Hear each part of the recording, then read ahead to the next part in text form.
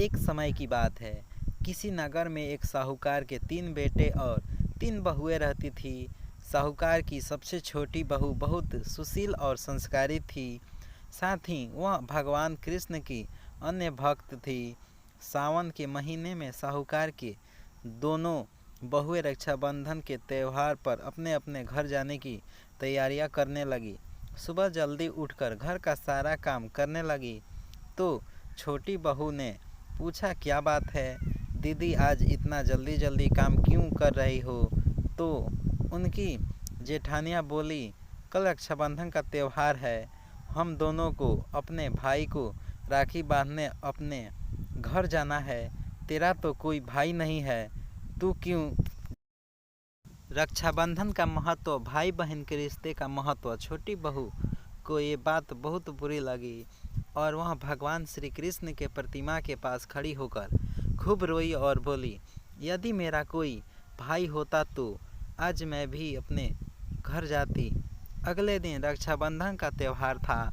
सुबह सुबह उसके घर उसके दूर के रिश्तेदार का एक भाई आया और आकर साहूकार से बोला, ये मेरी बहन है, मैं इसके दूर के रिश्तेदार का भाई हूँ और मैं रक्षाबंधन के त्यौहार पर इसको अपने घर ले जाना आया हूँ। लेकिन फिर साहूकार का बेटा बोला, लेकिन इसका तो कोई भाई नहीं है, तुम कौन हो? उसके समझाने पर साहूकार और उसका बेटा मान गया और छोटी बहू को उसके साथ भेजने के लिए तैयार हो गई। तो छोटी बहू के पति के मन में कुछ शंका थी। वो बोला, आप इसे ले तो जाइए, लेकिन इसे वापस लेने मैं खुद आऊँगा। ऐसा कहकर उसको उसके भाई के साथ भेज दिया।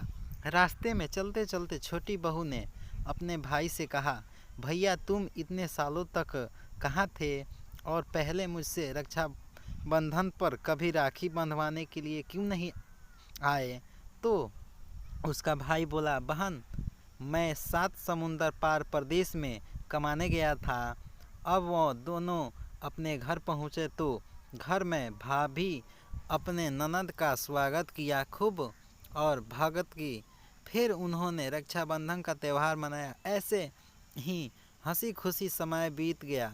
एक छोटी बहू का पति उसे लेने उसके घर आया। महल जैसा घर और ऐसा आराम देखकर वो चकित रह गया। भाई और भाभी ने उसका खूब भक्त करी और अगले दिन सुबह सुबह भाई और भाभी ने उसे उसके घर के लिए रवाना किया।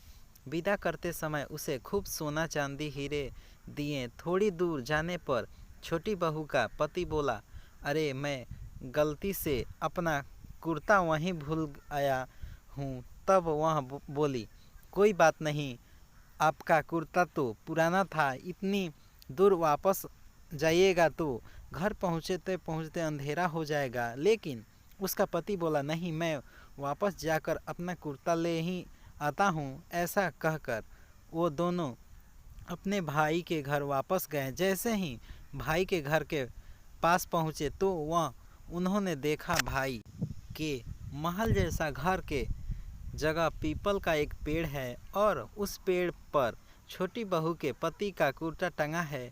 यह देखकर वह बहुत नाराज़ हुआ और अपनी पत्नी से बोला, ये क्या काला जादू है? कौन था ही जो तेरा भाई बनकर तुझे यहाँ लेकर आया था?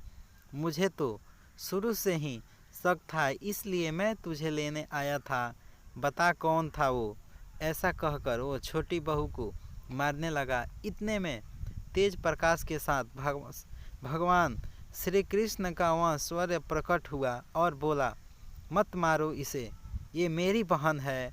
हर साल रक्षाबंधन के त्यौहार पर ये मुझे राखी बांधते आई है और अब मैं इसका भाई होने का फर्ज निभाया हूँ। इसे मैं अपनी बहन माना है। छोटी बहू और उसका पति हाथ जोड़कर श्री कृष्ण के चरणों में गिर गए और फिर सब खुशी